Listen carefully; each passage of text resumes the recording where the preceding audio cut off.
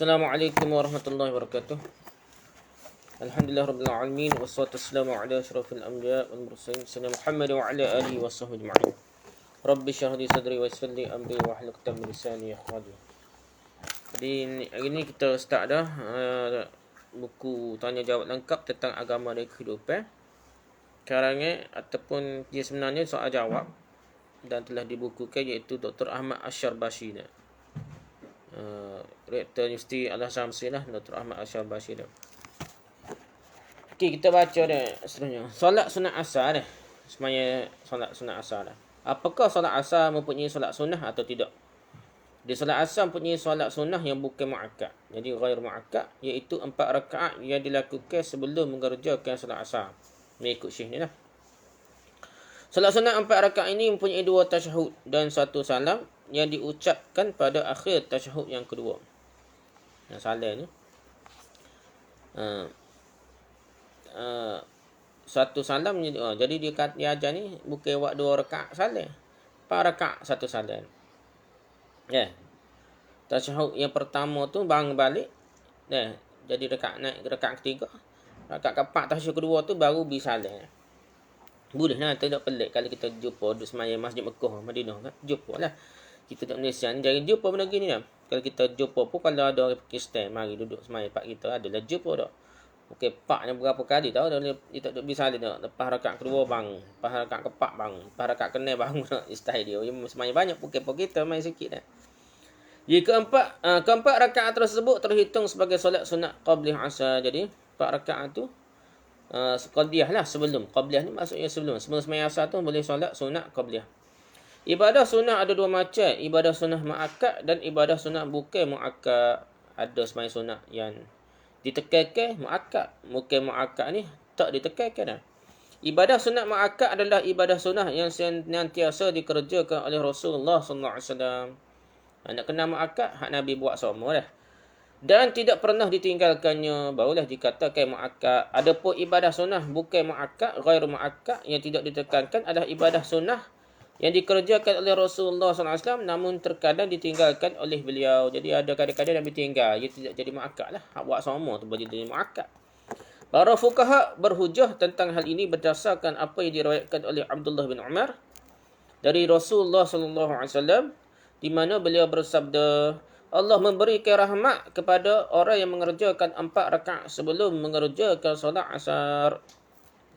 Allah beri rahmat. Setelah itulah tu maksudnya ada dalil, maksudnya nak buat benda sunat pun kena ada dalil, bukan benda wajib je. Benda sunat pun kena ada dalil dah. Dan kena ada hadis Nabi, kena ada Al-Quran, ada hadis yang menerangkan adanya amalan tertentu dah. Abu Daud dan Tirmizi telah meriwayatkan hadis ini dan mereka berdua mengatakan bahawa hadis ini hasan. Hadis ni boleh buat hujah. Tabrani juga meriwayatkan sebuah hadis yang mengatakan barang siapa yang mengerjakan solat 4 rakaat sebelum mengerjakan solat asar, maka api neraka tidak akan menyentuhnya. Ini riwayat Tabrani. Jelasnya hal ini berlaku bagi orang yang melaksanakan hal-hal yang wajib dahululah. Kita ni kalau benda sunat buat, benda wajib tak buat, tak jadi bagilah. Pasal kena tapuh wajib dulu dah. Jadi hak nak cerita hak ada apa-apa fadilat-fadilat ni, dia kena pergi dia bagi orang yang telah tunaikan kewajipan. Barulah dia ada fadilat. Hak lebih-lebih tu hak dia cerita benda-benda sunat, hak Nabi cerita ada fadilat, ada kelebihan, ada pahala sikit-sikit. Boleh jikalau kunci dia ada dah. Ya dah. Kunci ada macam orang kerja lah, kerja cikgu kau kerja gapo kau kerja majikan, dia kena pergi timing hak asas dia dulu dah. Pukul 8 pukul 4 kau dah. Jadi lepas tu overtime dia tu lepas tu dah. Kalau buat overtime kerja sebenar tak pergi, jadi majikan marah lah. Tak boleh. Gaji rasa tu tahu dia pernah pecat dia gitulah cerita je dah. Dia kena benda hak wajib dulu kena buat dah. Menjaga hal-hal yang sunnah dan tidak melaksanakan dosa besar barulah boleh selamat tak sentuh api neraka lah. Abu Ya'la juga meriwayatkan sebuah hadis yang mengatakan bahawa siapa menjaga salat 4 rakaat sebelum asar, maka Allah akan bangunkan baginya rumah di syurga. Jadi dia boleh selagi fadilat dia boleh rumah di syurga ni. Hadis ni kiranya fadail lah, bab fadail, dan benda ni ada dah dalam hadis yang sahih. Beramal dengan hadis dhaif apabila ada dah hadis sahih tadi dah. Bukan bermakna beramal dengan hadis dhaif ni, benda ni hadis sahih tak cerita tiba-tiba tubik dia hadis dhaif pahala sikit-sikit kita pun pakat buat. Tu tidak ada sandera, yang kena ada dulu hadis sahih. Hadis dhaif tu sebagai nak ayat besar je pahala, benda hak ada dah jadi amal kat Nabi. Tu yang ulama bermudah-mudahan di segi situ dah. Sebagai fuqaha berpendapat bahawa keempat rakaat solat sunnah di atas dibahagi dua, masing-masing 2 rakaat dengan 1 salam pada akhir masing-masingnya. Ni mazhab kita lah. Biasanya kita buat 2 rakaat salam. 2 rakaat salam lah kalau semai 4 rakaat. Tapi mazhab lain tu dia ada buat 4 salam, 2 rakaat kedua tu tak beri salam lagi, bang ke rakaat ketiga, ke 4 lepas tahiyat akhir tu tasyahud tu barulah beri salam. Lepas tu hal ini dasarkan pada hadis yang diriwayatkan oleh Ali bin Abi Talib radhiyallahu anhu bahawa Rasulullah sallallahu alaihi wasallam mengerjakan solat qabla asar sebanyak 4 rakaat yang dibahagi menjadi 2 rakaat. Masing-masing disertai ucapan salam kepada para malaikat dan orang-orang mukmin yang bersama mereka. Ni ada satu riwayat lah kuat setama mana wallahu a'lam. Kita ni tak cerita manalah kekuatan hadis ni. Hadis ini diriwayatkan oleh Tirmizi dan Tirmizi mengatakannya hasan. Dia kata hasan jugalah. Ni boleh lah, maksudnya kuat jugalah. Jadi buat 2 rakaat. Mazhab kita pegang ni dah. Jadi kita ni mai sunat buat 2 rakaat. Lebih afdal buat 2 rakaat kalau hak kata boleh siang hari pula. Tapi kalau mazhab lain dia kata siang hari ni molek buat 4 rakaat, tak beri salah di rakaat kedua.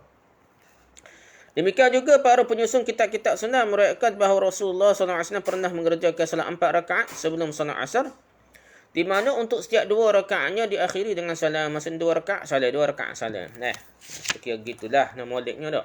Supaya tempat kita tak berasa pelik mana dah. Sebagai fuqaha lagi, Tok Guru Fiqh kata apa? Mengatakan bahawa solat sunat qabla asar hanya 2 rakaat. Nah, namun yang masyhur di kalangan muslim ialah bahawa solat sunat qabla asar terdiri dari 4 rakaat dengan 1 salam dan bukan termasuk sunnah ma'akad. Dia kata bukan sunnah ma'akad ni. Solat sunat asar ni. Ya ada lain tak? Tak apalah, sekadar secara asalnya waktu dah. Solat sunat ma'akad ni solat sunat ma'akad ni 2 rakaat sebelum subuh. Sebelum sembahyang subuh tu 2 rakaat sunat ma'akad lah. 2 rakaat sebelum solat zuhur. Sebelum sembahyang zuhur, 2 rakaat sebelum solat zuhur tu ma'akad. 2 rakaat sesudah solat zuhur. 2 rakaat sesudah sembahyang zuhur tu ma'akad. 2 rakaat sesudah solat maghrib, lepas sembahyang maghrib. Bukan sebelum dia, selepas sembahyang maghrib 2 rakaat tu ma'akad. Dan 2 rakaat sesudah solat isyak. Nah, bukan sebelum dia, selepas sembahyang isyak 2 rakaat.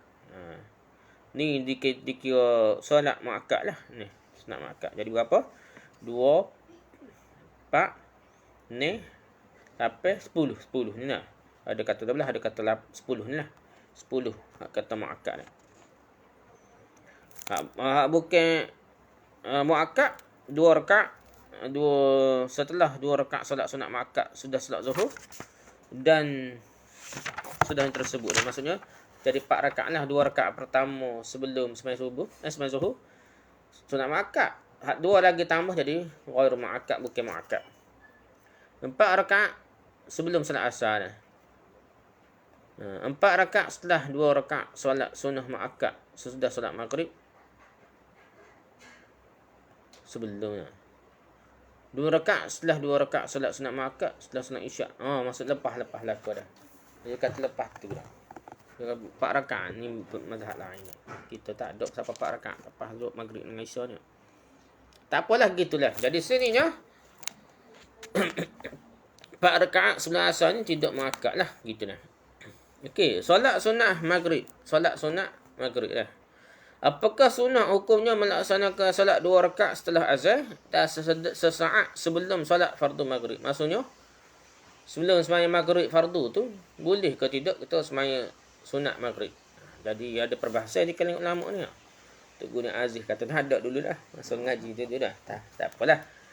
Abdullah bin Umar radhiyallahu telah meriwayatkan bahawa Rasulullah sallallahu alaihi wasallam tidak pernah meninggalkan 2 rakaat sebelum solat zuhur. 2 rakaat setelah solat zuhur.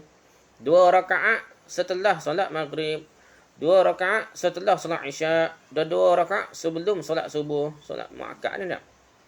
Dari hadis ini kita dapat tahu bahawa 10 rakaat solat tersebut adalah solat-solat sunat muakkad yang ditekankan, yang senantiasa dijaga dan diperhatikan oleh Rasulullah sallallahu alaihi wasallam. Hal ini di atas dasar perkataan Abdullah bin Umar, Allah yada, sekali-kali tidak pernah meninggalkannya. Majoriti imam mazhab mengatakan bahawa solat sunat muakkad maghrib adalah 2 rakaat setelah solat fardu maghrib. Jadi bukan sebelum ni, 2 rakaat selepas solat fardu maghrib baru dikata sunat muakkad yang ditekankan kita mengerjakannya. Di dalam mazhab Hambali disebutkan bahawa yang termasuk ke dalam solat sunat muakkad adalah 2 rakaat setelah solat fardu maghrib. Kata muakkad tu lepas main fardu maghrib. 2 rakaat lepas tu lah baru dikira muakkad. Di dalam mazhab Hanafi disebutkan bahawa salah satu solat sunat adalah 2 rakaat setelah solat fardu maghrib. Mazhab Hanafi pun gitu juga dah. Mazhab Syafi'i mengatakan bahawa salah satu solat sunat muakkad adalah 2 rakaat setelah solat fardu maghrib, dan setelah membaca Al-Fatihah disunnahkan membaca suratul kafirun, qul ya ayyuhal kafirun, pada rakaat pertama, dan surah Al-Ikhlas pada rakaat yang kedua. Ini semai sunat, bukan hak fardu tu kan. Bukan fardu maghrib dia setengah tu ya agak. Adalah pendapat-pendapat tu ya macam kita nampak macam salah. Sebenarnya nak cerita semaya sunat maghrib atau sunat subuh. Dia diheret kepada semaya fardu maghrib nak baca pendek. Sedangkan hadisnya sahih-sahih ni daripada Nabi tak baca surah pendek ketemu masa fardu maghrib pun dah. Jadi gitulah nak. Ada riwayat tapi tak dia ada macam kesilapan dah perawi. Allah alam lah dah. Mazhab Syafi'i dan hanya mazhab ini juga mengatakan bahawa salah satu solat sunat yang bukan muakkad, ghairu muakkad, ialah 2 rakaat sebelum solat fardu maghrib. Mazhab kita je sebenarnya bukan muakkad pun. Ghairu muakkad yang tidak muakkad, yang tidak ditekankan sebelum maghrib. Mazhab lain ni tak ada nya ghairu muakkad pun tak ada sebelum maghrib dah. Disunahkan mengerjakannya dengan ringan sahaja, dan setelah dikumandangkannya azan oleh muazzin. Kena buat cepat-cepat, kena buat serengkah boleh. Semaya sunat sebelum maghrib. Mazhab lain ni dorak dah. Mazhab Hanafi kan dorak benar tak. Berdaya maghrib tu. Lepas ngebel qomat lalu lebih kurang gitu tak. Dia tekan benar jangan semaya sunat sebelum maghrib. Tapi kita ni tidaklah. Mazhab kita ni ada solat sunat sebelum maghrib. Jadi ini berdasarkan hadis yang mengatakan di antara 2 azan terdapat solat bainal azan ni as-salah ni ada semaya di antara 2 azan tu. Jadi hadis ni umum termasuklah semaya maghrib pun dah. Jadi maksud dengan 2 azan adalah azan dan iqamah. Maksudnya antara azan iqamah tu ada semaya. Setiap semaya, bukan semaya subuh saja, zuhur saja, asar saja tak. Termasuk maghrib dan isyak juga boleh semaya sunat sebelum semaya fardu. Menurut mazhab Maliki yang termasuk solat nafilah, solat sunnah adalah 6 rakaat setelah solat fardu maghrib. Mazhab Maliki ni dia kata sunat ni, hak sunat ni termasuk hak tidak muakkad pun lepas semaya maghrib tu boleh semaya 8 rakaat, bukan sekadar 2. 8 rakaat pun boleh semaya sunat ba'diyah lepas maghrib. Dan makruh hukumnya mengerjakan solat nafilah sebelum solat fardu maghrib. Mazhab Maliki pun seperti mazhab Hanafi juga dia kata tak boleh, makruh semaya sunat sebelum maghrib. Disebabkan sempitnya waktu, pasal waktu semaya ni diperbahaskan di kalangan ulama. Waktu maghrib ni panjang mana dah.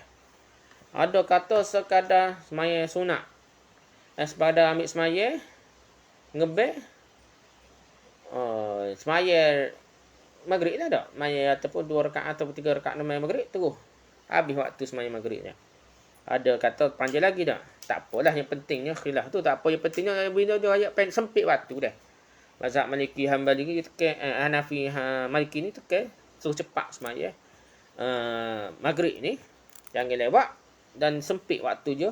Waktu maghrib ni sangat sempit. Oleh sebab itu kita ni semaya maghrib ni jangan dek lewat lah, sesegera mungkin lah.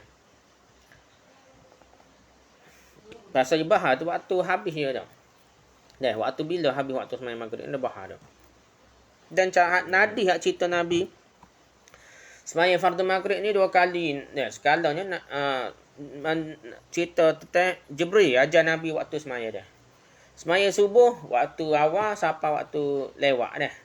Semaya zuhur waktu awal sampai lewat tu dekat dengan asar dah. Semaya asar waktu awal gelap sikit lah. Lalah ke gelap sikit lah. Tapi main maghrib ni 2 hari hari pertama dan hari kedua pun waktu yang sama dah. Jadi bahaslah di kalangan ulama bahawa waktu maghrib ni tidak ada waktu yang panjang. Itu perbahasan di kalangan ulama lah. Secara asasnya mazhab Syafi'i pun ada 2 qaul ni. Tak silap saya qaul qadim kalau jadi hak mana tu. Kata waktu ni pendek dah. Asal kau jadi. Tapi ulama mazhab kita ni kalau ambil qaul qadim sini, yang ambil hak lama sikit waktu semaya dah. Wallahu a'lam, yang pentingnya kita kena segera semaya fardu maghrib. Jangan pelebak. Dari sini dapatlah kita fahami bahawa tidak ada yang mengatakan tentang adanya solat sunat 2 rakaat setelah azan dan sebelum dilakunya solat sunat, solat fardu maghrib, kecuali mazhab Syafi'i saja. Kalau kira gak hak kata ada sunat sebelum semaya fardu maghrib, ada semaya sunat 2 rakaat ni, secara asasnya mazhab Syafi'i saja kata ada sunat tengah-tengah tu. Hak lain tak ada lah mazhab Maliki, Hambali, Hanafi dah. Jadi sebab itu kita semaya tempat demo, kali kita semaya pok dia nampak pelik lah nah. Nampak pelik dah. Orang mazhab lain dah. Namun demikian mazhab Syafi'i pun mengatakan bahawa itu bukanlah sunat muakkad, sunat yang ditekankan. Ini berarti kedudukannya di bawah sunat muakkad. Sebab sunnah bukan muakkad adalah sunnah yang terkadang-kadang dilakukan oleh Rasulullah SAW dan terkadang juga ditinggalkan. Sedangkan solat sunat muakkad adalah sunat yang senantiasa dijaga dan dipelihara oleh Rasulullah SAW. Habis bab solat sunat sebelum maghrib dah. Lepas tu kita bincang solat masbuk. Mari lewat ni dah. Okay, ada orang tanya dah. Tanya Syekh ni dah. Ketika saya datang hendak solat, saya melihat imam berserta para makmum telah mengerjakan rakaat yang pertama. Yang mari-mari tu imam semaya dah rakaat pertama. Imam dalam hal ini bagaimana caranya saya ikut imam dah? Dia rokok sudah dah. Rakaat pertama nak ikut imam macam mana dah? Okay, jika seorang hendak mengerjakan solat bersama imam, maka dia mengerjakan solatnya seperti solat imam. Apabila dia telah mengikuti imam sejak permulaan solat atau sebelum imam melakukan rokok pada rakaat yang pertama. Jadi, lagi dia rakaat pertama sebelum rokok tu, kira dia lah dah. Ikut imam tu. Jika seorang mendapati imam telah selesai dari rakaat pertama, dia rokok, dia sujud ke apa kan? Maka dalam hal ini dia mestilah berniat solat lalu mengerjakannya di belakang imam, ikut imam. Setelah imam mengucapkan salam sapat sudah tu imam, dia mestilah berdiri dan mengerjakan rakaat yang tertinggal pada awal solat tadi dan kemudian mengakhiri solatnya dengan tasyahud dan salam. Ni ada khilaf lah. Mazhab kita ni, dia kena sempurnakan rakaat yang tak cukup. Contohnya rakaat di mari imam tu ikut rakaat kedua. Makmum tu kira rakaat pertama, tu imam rakaat kedua dah. Walaupun ikut beri tahiyat akhir bersama imam, makmum tu kira rakaat ketiga, tu imam rakaat keempat dah. Tu mazhab kita lah. Jadi kena sambung hak tak cukup tu rakaat keempat sebenarnya dah. Tapi itu mengikut mazhab kita lah. Mazhab lain. Dia kata tak cukup tu bukan rakaat keempat. Bukan rakaat keempat, tak cukup dah. Dia rakaat pertama hak tadi hak tak ada ikut tu imam dah. Dia ada cara lain tapi kena beri tasyahud dah salah juga. Tapi cara lain sikit dah. Kefahaman je lah. Nak faham dah. Hadis. Okey, apabila seorang makmum ketinggalan 2 rakaat atau 3 rakaat, maka dia mestilah mengerjakan solat bersama imam sampai imam mengucapkan salam. Kemudian ia berdiri. Lepas tu imam beri salam, dia berdiri dan mengerjakan rakaat-rakaat yang tertinggal tersebut. Setelah itu dia duduk membaca tasyahud dan kemudian salam. Ngelah kena beri salam belaka, tak kira mazhab kata tak cukup tu rakaat pertama atau rakaat keempat tu. Jadi tu perbahasan dari segi hak mana tak cukup dah, tapi dari segi akhir kena beri tasyahud dan salam berlaku dah. Jika seorang musalli orang semaya tu mendapatkan imam tengah membaca al-Fatihah atau surah sesudahnya, maka rakaat tersebut terhitung untuknya. Jadi dia rakaat bersama imam, dia lah rakaat tu dah. Demikian juga jika musalli orang semaya tu dah, musalli orang semaya mendapatkan imam tengah mengerjakan rakaat. Mari-mari tu imam tengah rakaat. Dan kemudian dia sempat rokok bersama-sama imam, maka rakaat tersebut terhitung baginya. Kalau dia rokok bersama imam, bolehlah rakaat dia dah. Namun jika dia mendapatkan imam telah berdiri dan rokok, mari-mari tu imam rokok, tiba-tiba nak bikah bangun dah, nak iktidak dah. Tengah melakukan sujud, ataupun tengah melakukan sujud yang pertama, ataupun yang kedua. maka rakaat tersebut tidak terhitung baginya. Kalau ikut juga, dia kira ikut iktidak, ikut sujud, ikut terus. Tapi rakaat tu tak boleh lah. Dia tak boleh rakaat tu dah. Sebagai makmum yang masbuk, didahului oleh imam, terburu-buru tak kala melihat imam sedang rukuk dan berseru dengan suara yang tinggi kepada imam, sesungguhnya Allah bersama orang-orang yang sabar. Ada orang, innallaha ma'as sabirin. Baca hak tu ya. Dia suruh tu imam ni rukuk nama dah. Tempat kita tak ada, bukan tempat negara Arab ada dah. Dengan suara itu, dia menginginkan supaya imam memanjangkan rokoknya agar dia sempat berniat dan rokok bersama sama imam. Banyak terjadi ketika makmum yang masmuk ini hendak mendapatkan rokok bersama imam, dia berniat dengan cepat tanpa memahami lagi apa yang dia niatkan dan diucapkannya. Lorak doa siapa kau niat kau betul kau tak kalau lorak cepat tak. Nak suruh dia rokok bersama imam ni. Terkadang pula dia tidak dapat melakukan rokok dengan sempurna bersama imam. Perbuatan yang demikian itu adalah salah, tak betul dah. So, seseorang haruslah berniat di belakang imam dengan tenang dan khusyuk. Matlamat selain ni tenang khusyuk. Okey, kita nak semata-mata nak dia tak imam saja dah. Yang pentingnya tenang dan khusyuk. Jika dia dapatkan rokok bersama imam, maka itulah yang diinginkan dah. Namun kalaupun tidak dapat juga, maka dia dapat menggantikan rakaat yang tertinggal itu dengan tetap menjaga ketenangan dan kehormatan yang harus ada dalam solat. Allahuakbar. Jadi matlamat sembahyang ni nak suruh khusyuk, suruh tenang. Bukan nak sembahyang ni sekadar nak kejar rakaat saja dah. Itu biar pihak dah. Sebab itu Nabi marah kalau kita hunggah dah. Berlari-lari nak kejar tu imam ni, Nabi lagi. Nabi marah.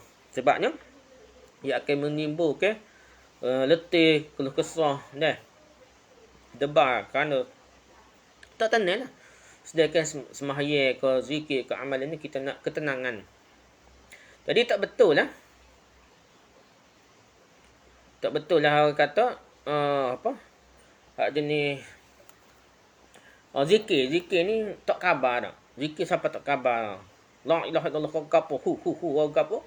Siapa pergi lah. Tu bukan zikir tu dah. Zikir kaedah dia suruh tenang dan ingat dah.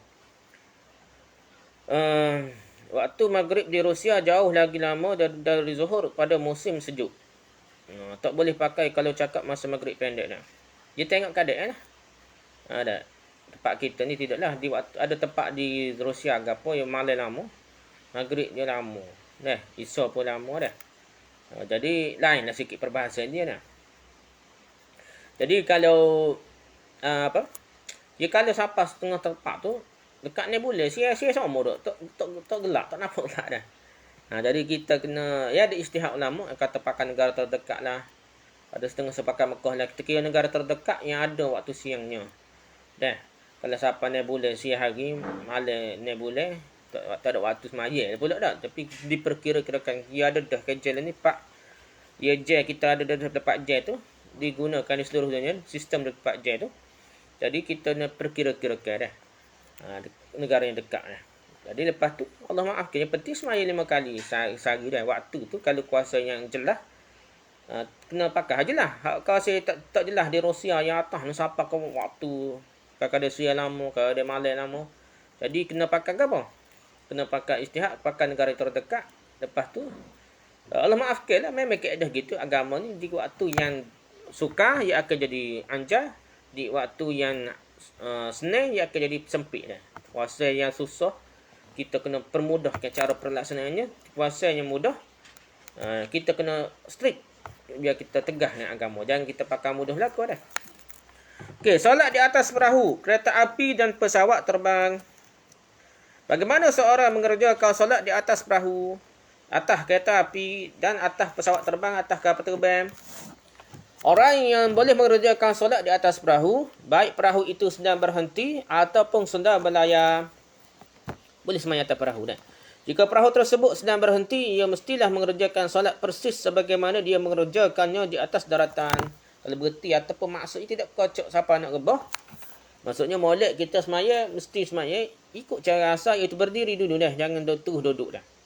Oleh kerana itu, dia mestilah mengerjakan rukuk, sujud, menghadap kiblat dan syarat-syarat lain yang ada dalam solat. Jadi kalau berhenti tak berubah kiblat, maksudnya tenang, tidak kocok kuat, Dia kena ikut sembahyang asar lah. Jika perahu itu sedang berlayar, maka bila mungkin baginya dan tidak memberatkannya, dia mestilah keluar menuju pantai dan solat di sana. Kalau boleh keluar, sembahyang atas patang. Lalu setelah itu kembali lagi ke perahunya. Kalau boleh, yang kata nak. Jika hal itu tidak mungkin atau memberatkannya, dia boleh solat di atas perahu dengan berdiri jika mampu. Atau duduk jika berdiri sulit baginya sampai nak rebuh, kalau tak stabil, kalau tak khusyuk kau bila duduk nak. Pada permulaan solat, dia mestilah menghadap kiblat dulu.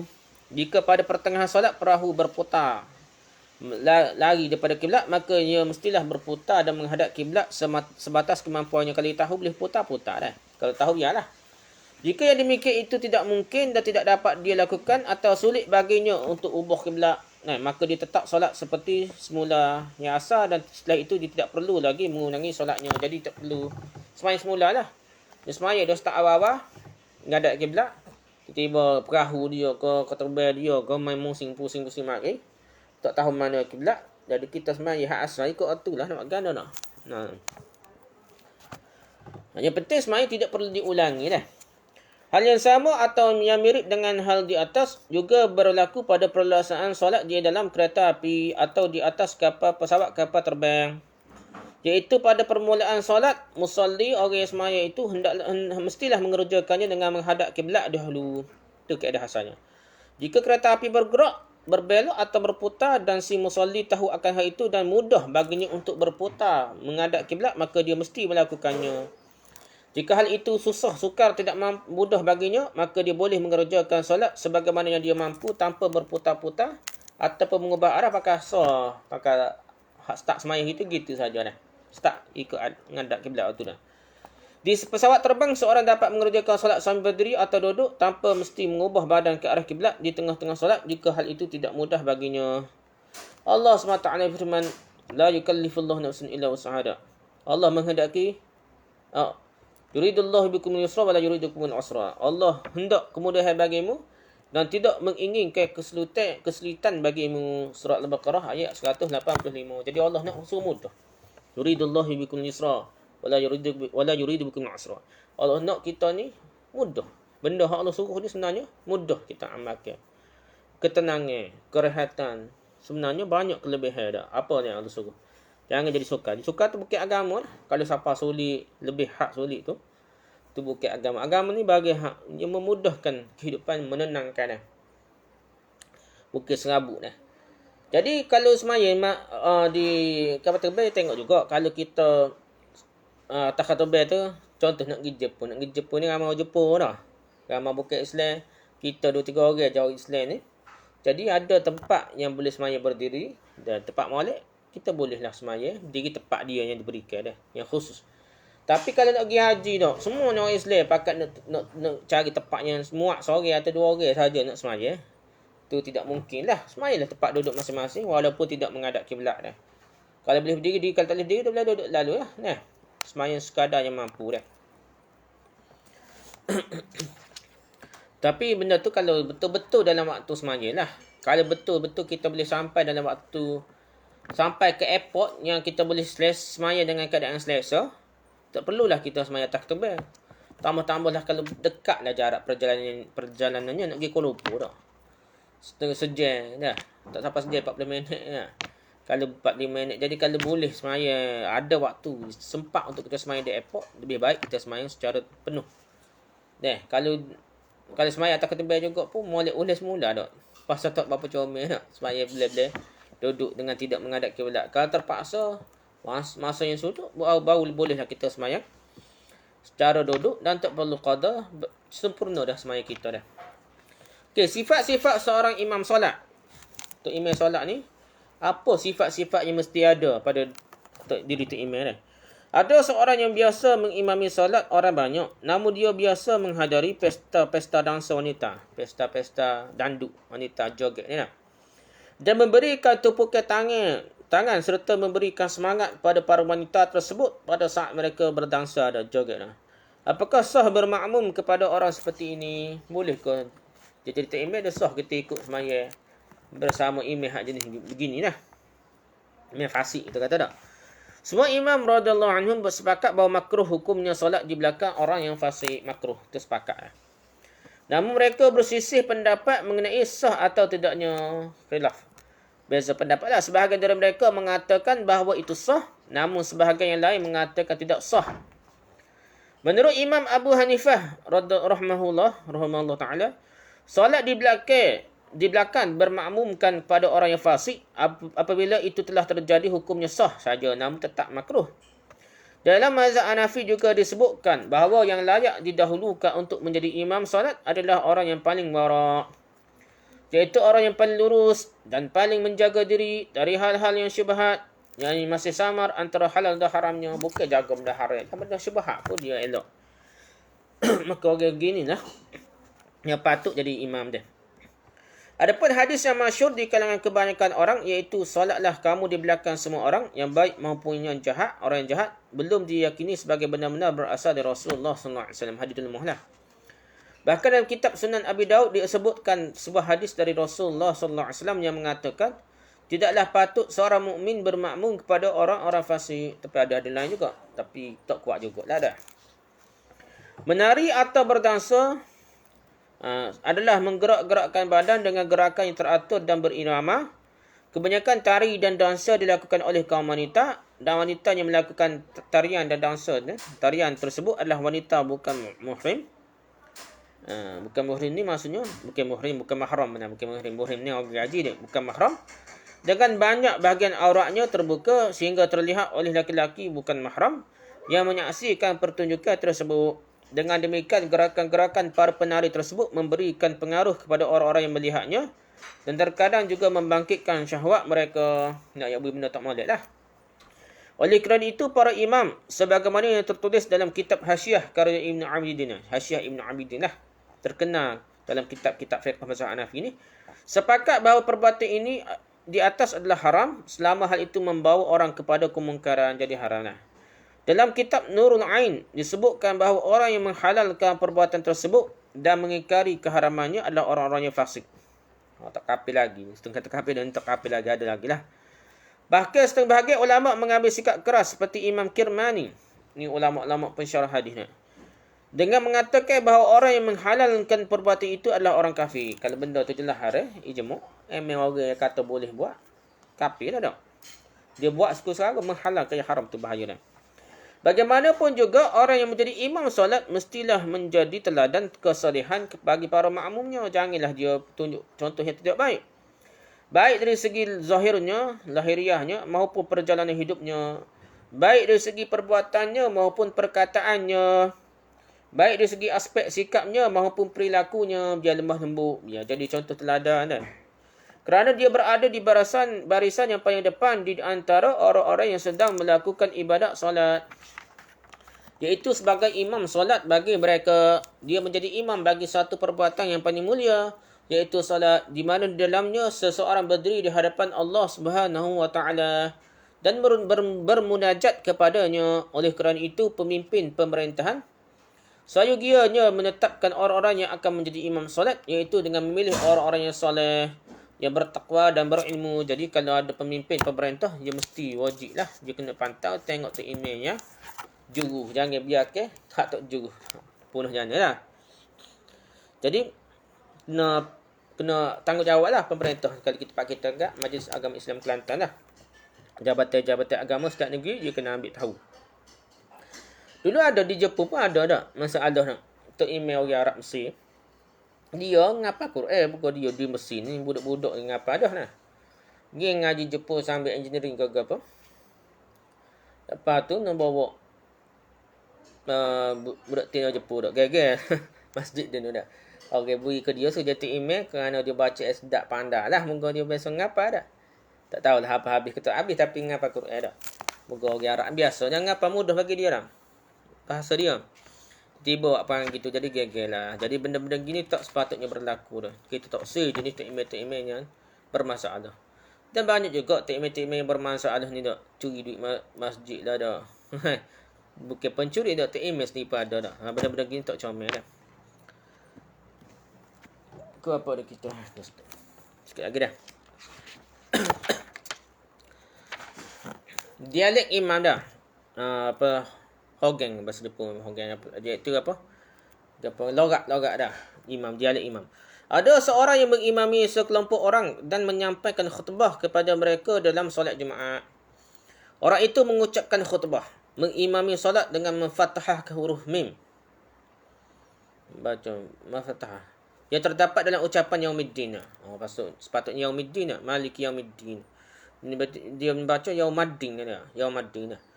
Dan menghilangkan tasdid dalam ucapan iyyaka na'budu dah. Jadi wa iyyaka nasta'in tu iya ada, tak bunyi iya ada. Iyyaka na'budu wa iyyaka nasta'in. Jadi kata orang lahjah dia lah, orang logat dia, bahasa kapu dia tu kuat, menyebabkan Quran pun tak berapa sedap baca dah. Dia juga mengubah ucapan huruf fa menjadi za dah. Dalam hal ini, apakah solat di belakangnya bermakmum kepadanya itu sah? Apakah dia boleh menjadi imam bagi sekelompok orang di atas? Sementara di antara mereka masih ada orang yang lebih baik bacaannya, baik dari kalangan orang tua maupun kalangan pemuda. Kerana orang tua tak. Orang tua tak lebat, orang akak je tak imam tak. Dulu juga pakai akak dah, pakai tak kerti belakang. Tapi peringkat muda ni, peringkat ada hak mengaji sekolah harap lah, sekolah hak mengaji lah, boleh baca Quran molek dah.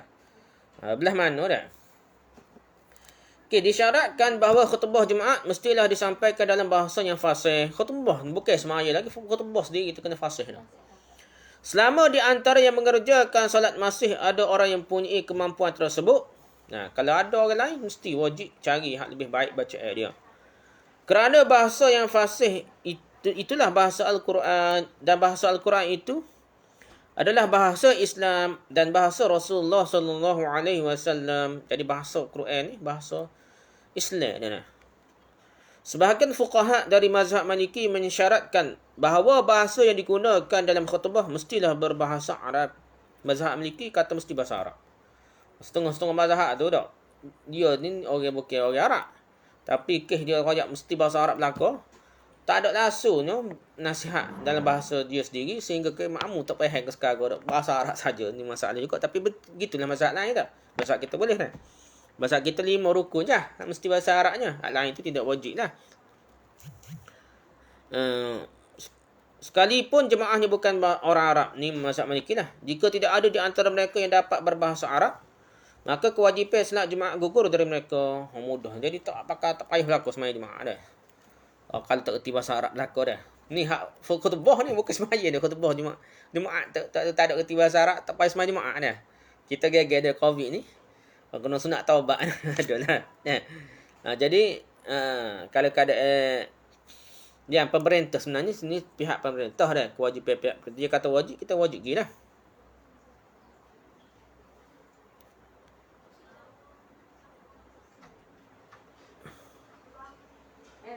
Mana tu imam fasik ada. Tu imam fasik ni tu imam yang buat dosa dah.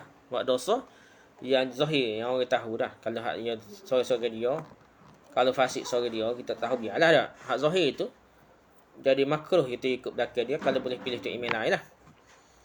Yang pentingnya agama ni bukan rigid dah, bukan mesti hari wajib sunat terus, tapi yang penting tindakan dah. Kalau dia ni imam tak baik, kita report pihak berwajib supaya tukar. Gitulah lebih kurang dah. Okey, habis itu dah. Imam Nawawi mengatakan mustahab sunnah hukumnya khutbah disampaikan dengan bahasa yang fasih, teratur dan jelas, dan janganlah khutbah Jumaat itu disampaikan dengan bahasa yang kabur dan dipaksa-paksakan. Biar jelas, terang, mudah. Begitu juga seorang khatib semestinya mengerti dan mengetahui bahasa Arab. Imam itu mengerti bahasa Arab, supaya dia dapat menyusun kalimah-kalimah yang indah dan teratur sehingga dapat menerangi hati para pendengar. Para fuqaha telah menyebutkan beberapa syarat yang mesti ada pada seorang imam solat, iaitu ia mestilah orang yang dapat membaca dan menjaga benar-benar apa yang didengarnya solat menjadi sah. Tidak sah hukumnya bermakmum kepada imam yang tidak boleh membaca, kerana qiraah membaca merupakan salah satu rukun solat. Demikian juga tidak sah hukumnya orang yang mampu membaca bermakmumkan pada orang yang tidak mampu membaca. Jadi orang tak betul kita. Dia gini lah. Bukan hukum pada tu imam tak sah dan orang makmum ni. Ni selagi penyakit tau. Ada setengah ni buat macam dia ni nak kritik tu imam. Tapi nak tuju pada makmum lain pun tak sah juga. Tu imam tak betul baca tau. Makmum pun tak betul jugalah. Semayang mula ke apa tu. Yang tak betul tu, kalau kita ni alim sangat, kiraat pandai tak, kita berasa tu email tak betul, kita kena betul lah kewajipan orang yang tahu tu, kita kena betul tu email dah. Tapi bukan bermakna semaya tu tak sah bagi tu email orang lain. Kalau orang lain tak pandai juga lebih kurang tu email ataupun dia berasa betul tu, tak ada masalah lah dah. Hak salahnya orang hak tahu. Nah, kewajipan dia kena betul tu email. Nah, kalau rasa tak boleh ikut, ikut dia baca setara ni tak sah. Dah, orang lain berasa boleh dah, dia berasa tak sah. Jadi dia tak boleh ikut. Yang lebih wajibnya bukan tak ikut tu, wajibnya membetulkan tu email tu, baca aja dah. Ajar dia gini, sepatutnya baca gini. Dan dalam keadaan yang tidak menyakiti hatilah, kena pandai-pandai lah orang Melayu ni. Sensitif tak, mudah serah tak. Kita ni sebenarnya so lagi masalah habib dia. Dia habib dia Yaman tu. Baca aja teruk mana nak. Fa jadi go ke apa, ialah pelik lah, bunyi pelik dah. Sehingga kan ada satu qari suhu juga orang Arab. Dia kata tak sah mana dia belakang ke tak. Jadi kadang-kadang sini dia kata dia wali Allah lah dah. Oh, kita ni setengah dah. Tak wali. Baca aja teruk sangat sampai diperbahaskan. Ada pertahankan kerana dia lahjah dia lah, dimaafkan lah gapo. Yang pentingnya bagi orang yang tahu, dia tak boleh ikut lah gitu dah. Seorang imam wajib menjaga bacaan Fatihahnya dan mengucapkannya dengan huruf-huruf yang benar, yang betul. Janganlah dia mengganti satu huruf dengan huruf yang lain, tukar huruf makhraj, makna yang bertukar. Jadi tak boleh lah. Dia juga tidak boleh menggunakan dialek, logat, lahjah yang merosakkan erti ucapan yang asal dah. Fusha tu ditukar. Jadi ikut daerah masing-masing. Jika seorang ingin menjadi imam solat atau lingkungan mendorongnya untuk menjadi imam, maka dia wajib memperbaiki kesalahan-kesalahan yang ada padanya. Kalau dia tak berapa baca maulid, dia kena belajar, kena betul bacaan. Kalau orang tengok dia untuk lebar, untuk guru, untuk wali dah, kena betul lah, jangan dia kaking. Aku kata wali dah, tok guru dah, tak sebetul dah. Dia kena betul ilmu ni. Kita ni duduk dalam kalangan orang Melayu yang lidahnya tidak belik. Dan kebanyakan tok guru kita baca maulid lah. Kalau kita pergi negara lain, bukan di Yaman sahaja baca teruk tok imam, tok guru dia ni. Di India, Pakistan pun tak. Walaupun apa alim ni, hadis ni. Tapi kadang makhraj hurufnya, kadang-kadang sebut dia tak sedap mana kita dengar. Sikit kita dengar dia, walaupun dia katakan alim, tapi baca dia tu, orang dia biasalah, orang kita berasa, mana tok guru ni nak. Bacanya nampak, tak sedap mana dah. Saya pernah ikut ni di masjid di Sakosa di Jepun tu. Semaya tu tok imam orang Bangladesh. Dia orang hafiz dia baca dia Allah. Kita dengar tu. Dia baca cepat.